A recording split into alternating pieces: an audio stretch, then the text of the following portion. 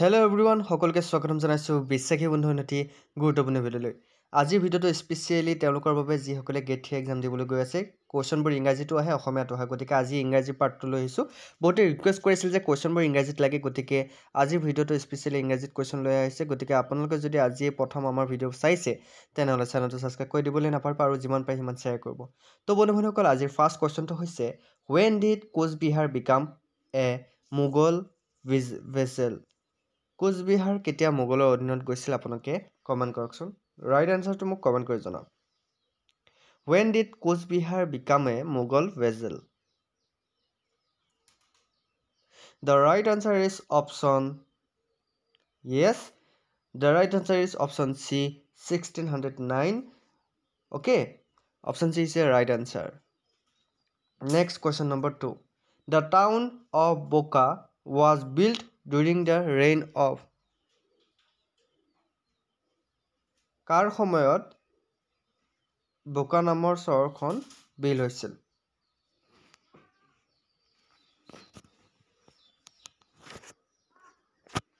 আশা কৰোঁ right আনসাৰবোৰ comment কৰিলে। ইয়াৰ শুদ্ধ উত্তৰটো হৈছে the right answer is option য়েছ A Sudangpha. Okay, Sudangpha is a right answer. Next question number 3. Badan Borphukan was assassinated by Badan Borphukan.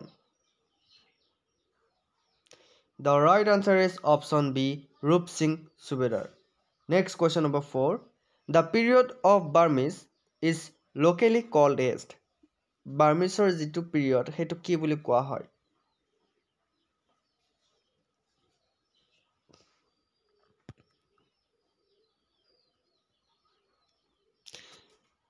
Yes, the right answer is মানৰ দিন বুলি কোৱা হয়। অ'কে, আপোনালোকে জানে যে মানসকলৰ যেতিয়া তেওঁলোকৰ পিৰিয়ড চলি আছিল সেই দিনটোক মানসকলৰ বা মানৰ দিন বুলি কোৱা হয়। আপোনালোকে উল্লেখ কৰিছে বিভিন্ন ধৰণৰ কিতাপত, গতিকে মানৰ দিন বুলি কোৱা হয়। বাৰ্মিজসকলৰ সেই পিৰিয়ডটোক মানৰ দিন বুলি কোৱা হয়। Okay, next question number 5. Which of the Koch king introduced silver coin in medieval Assam? কোনজন কোচ ৰজাই চিলভাৰ মুদ্ৰা ইন্ট্ৰডিউচ কৰিছিল মানে আনিছিল মধ্যযুগৰ অসমত?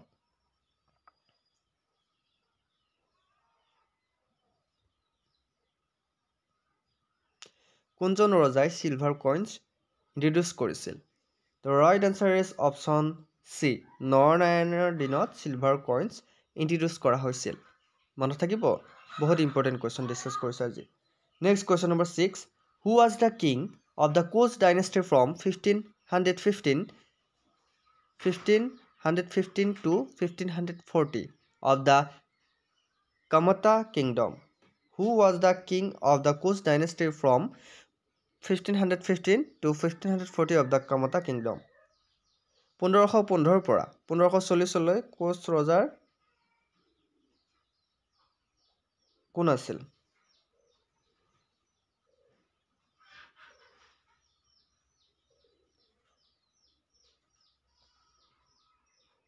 ইয়াৰ শুদ্ধ উত্তৰটো হৈছে the right answer is option D, Biswa Singha.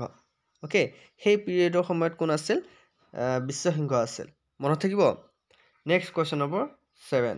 Who introduced a silver coin named Narayani during his rule? কোনে মুদ্ৰাক নাৰায়ণী বুলি নামকৰণ কৰিছিল? কোনে ইন্ট্ৰডিউচ কৰিছিল চিলভাৰ কইনছ? এইমাত্ৰ মই কৈছিলোঁ ইন্ট্ৰডিউচ কৰা ব্যক্তিজন হৈছে নৰনাৰায়ণ। তেখেতে চিলভাৰ কইনছ ইন্ট্ৰডিউচ কৰিছিল আৰু নাৰায়ণী বুলি নামকৰণ কৰিছিল। Next question number 8. After the death of Koch King Narayan, the Kamata kingdom was divided into two parts, namely. যেতিয়া ৰজা নৰনাৰায়ণৰ মৃত্যু হৈছিল তেতিয়া কমতা যিখন ৰাজ্য সেইখন দুটা ভাগত বিভক্ত কৰা হৈছিল। সেই ভাগ দুটা কি কি? আপোনাৰ নামটো মোক কমেণ্ট কৰকচোন। কমতা ৰাজ্যখন দুভাগ হৈ কি কি নামেৰে নামকৰণ কৰা হৈছিল?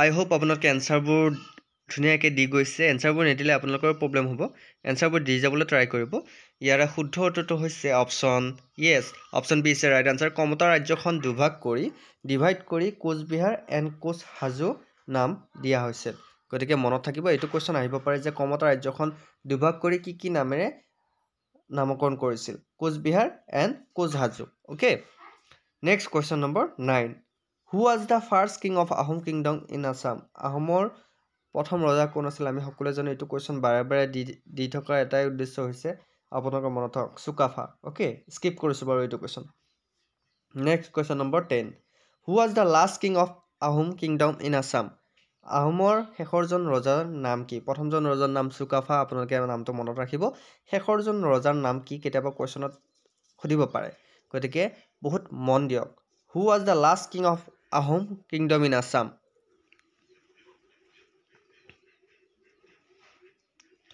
ৰাইট এনচাৰটো মোক কমেণ্ট কৰকচোন ইয়াৰে শুদ্ধ উত্তৰটো কোনটো হ'ব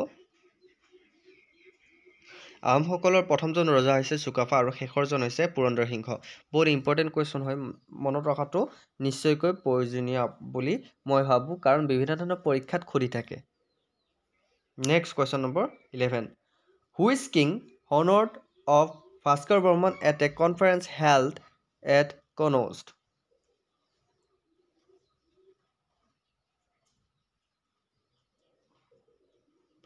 ইয়াৰ শুদ্ধ উত্তৰটো কোনটো হ'ব মোক কমেণ্ট কৰকচোন Which king honored of Bhaskar Burman at a conference held at Konos? The right answer is Harshab Bardhan. Okay. Next question number 12. From which of the place the Ahom came from? Ahomসকল ক'ৰ পৰা আহিছিল?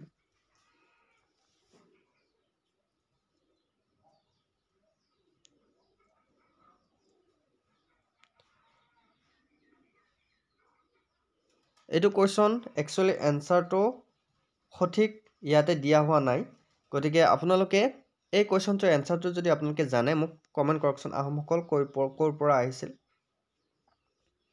Okay যিসকলে কুৱেশ্যনৰ এনচাৰটো জানে মোক comment কৰি জনাওক next question number 3 which Ahom king created the post of Borphukan for the first time কোনজন আহোম ৰজাই প্ৰথম বৰফুকন নামৰ পদবীটো সৃষ্টি কৰিছিল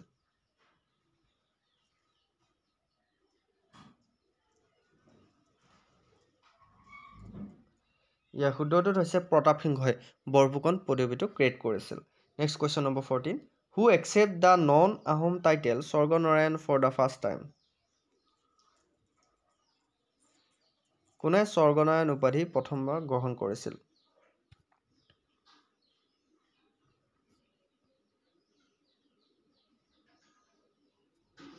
The right answer is Suhumung. Suhumung প্ৰথম স্বৰ্গনাৰায়ণ উপাধি গ্ৰহণ কৰিছিল next question number 15 which Ahom king also' known as Bhaganiya Raja Bhaganiya ৰজা বুলি কোনজন আহোমৰ ৰজাক জনা গৈছিল অপশ্যনত আছে উত্তৰকেইটা ইয়াৰ কোনটো শুদ্ধ হ'ব কোনে মোক কমেণ্ট কৰকচোন which Ahom king also' known as Bhaganiya Raja the right answer is option C is a right answer Jayadhwaj Singha Jayadhaj Singh is also known as Phagania Raja. Okay. Next question number 16. Which Ahom Swargadev built the temple of Umananda? কোনজন আহোম ৰজাই উমানন্দ মন্দিৰ নিৰ্মাণ কৰিছিল বহুত important question হয় আহিব পাৰে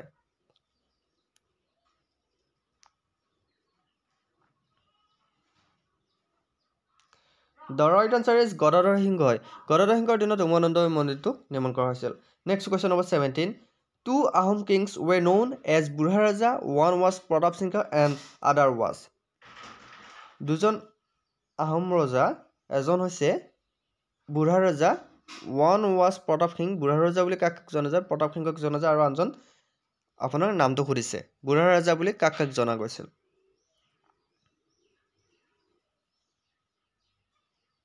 শুদ্ধ উত্তৰটো হৈছে এজন হৈছে প্ৰতাপ সিংহ আন এজন হৈছে নৰ Narayan Next question number 18. The last capital of Kosari Kings was at Kosari সকলৰ শেষৰখন ৰাজধানী কি আছিল ইয়াৰ শুদ্ধ উত্তৰটো হৈছে yes the right answer is option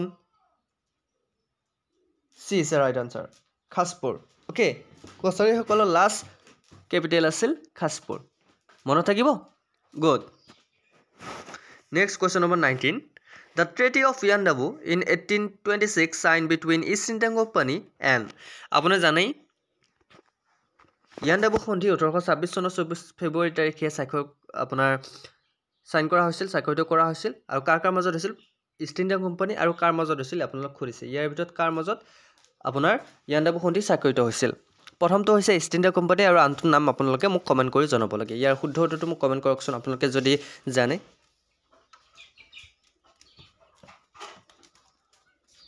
Yandabo সন্ধি কাৰ মাজত স্বাক্ষৰিত কৰা হৈছিল yes the right answer is option C is the right answer Kings of Burma আপোনাৰ ইয়াণ্ডাবু সন্ধি ইষ্ট ইণ্ডিয়া কোম্পানী আৰু মানসকলৰ ৰজাৰ লগত স্বাক্ষৰিত কৰা হৈছিল বৰ্মাৰ লগত okay Next question number 20.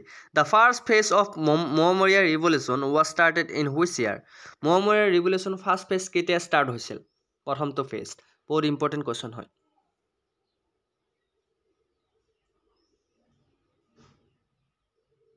The right answer is option yes. কোনটো হ'ব যেন লাগিছে? Option A is the right answer 1769. Mohammedan Revolution প্ৰথমটো phase আৰম্ভ হৈছিল। Next question number 21. When did the Mohammedan revolt for the second time? Mohammedan বিদ্ৰোহ দ্বিতীয়বাৰৰ বাবে কেতিয়া সংগঠিত কৰা হৈছিল? বিদ্ৰোহ কেতিয়া হৈছিল? কোন চনত? Mohammedan বিদ্ৰোহ দ্বিতীয়বাৰৰ বাবে বহুত ইম্পৰ্টেন্ট কোৱেশ্চন হয়। আহিব পাৰে।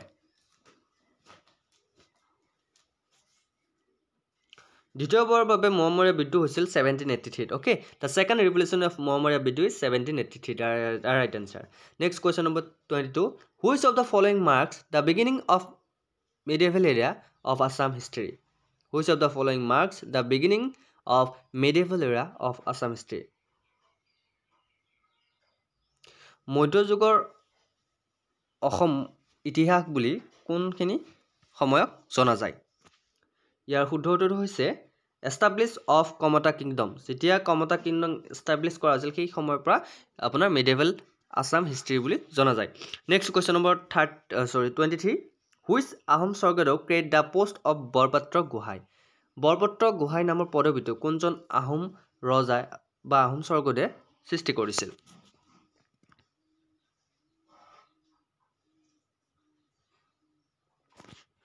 ইয়াৰ শুদ্ধ উত্তৰটো হৈছে the right answer is option B সুহুংমুঙে বৰপত্ৰ নামৰ পদবীটো সৃষ্টি কৰিছিল next question number 24 why সুহুংমুং was called as Dihingia ৰজা সুহুংমুঙক কিয় দিহিঙীয়া ৰজা বুলি কোৱা হৈছিল বহুত ইম্পৰ্টেন্ট কোৱেশ্চন হয় আহিব পাৰে গতিকে আপোনালোকে নাভাবিব যে নাহে কিয় কোৱা হৈছিল সুহুংমুঙক দিহিঙীয়া ৰজা বুলি কাৰণ তেখেতক একানে কোৱা আছিল he shift Ahom capital from Bagata near to the bank of Dihing river তেখেতে কি কৰিছিল আহোমৰ ৰাজধানীখন বগতা নামৰ ঠাইলৈ লৈ গৈছিল য'ত নেকি দিহিং নদীৰ কাষতে আছিল গতিকে সেই কাৰণে তেখেতক দিহিঙীয়া ৰজা বুলি কোৱা হৈছিল মনত থাকিব next question number 15 Ronghor was constructed during the reign of Ronghor কাৰ সময়ত কনষ্ট্ৰাকচনৰ কাম কৰা হৈছিল নিৰ্মাণ কৰা হৈছিল ইয়াৰ শুদ্ধ উত্তৰটো হৈছে প্ৰমত্ত সিংহৰ দিনত next question number 26 Hasti বিদ্যানব was written by হস্তি বিদ্যানব এইখন গ্ৰন্থ কোনে লিখিছিল বহুত ইম্পৰ্টেন্ট কোৱেশ্চন হয় হস্তি বিদ্যানব নামৰ গ্ৰন্থখন কোনে লিখিছিল who written by Hasti বিদ্যানব the right answer is সুকুমাৰ বৰকাইটে হস্তি বিদ্যানব নামৰ গ্ৰন্থখন ৰচনা কৰিছিল okay Sukumar বৰকাইটে next question number 27 which incident is also known as Assam's Jallianwala incident কোনটো ঘটনা অসমৰ জালিয়ানৱালা ঘটনা হিচাপে জনা যায় ইয়াৰ ভিতৰত কোনটো ঘটনা বহুত ইম্পৰ্টেন্ট কোৱেশ্চন হয় Yes, the right answer is Pathurghat firing.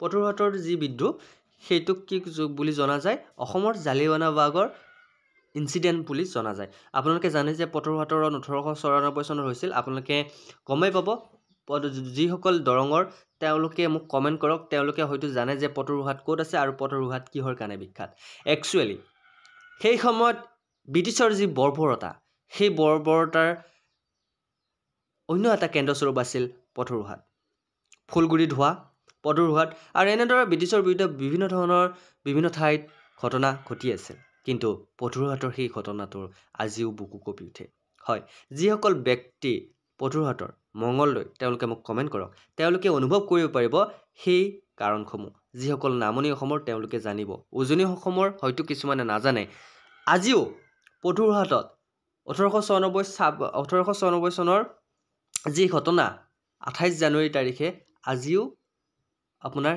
কৃষক শ্বহীদ দিৱস হিচাপে পালন কৰা হয় আজিও পালন কৰে প্ৰতি বছৰে আপোনালোকে যদি জানুৱাৰীত 28 জানুৱাৰীত যায় ধুনীয়াকৈ তেওঁলোকক শ্বহীদসকলক স্মৰণ কৰি তেওঁলোকৰ প্ৰতি বছৰে স্মৰণ কৰা হয় 28 জানুৱাৰী তাৰিখে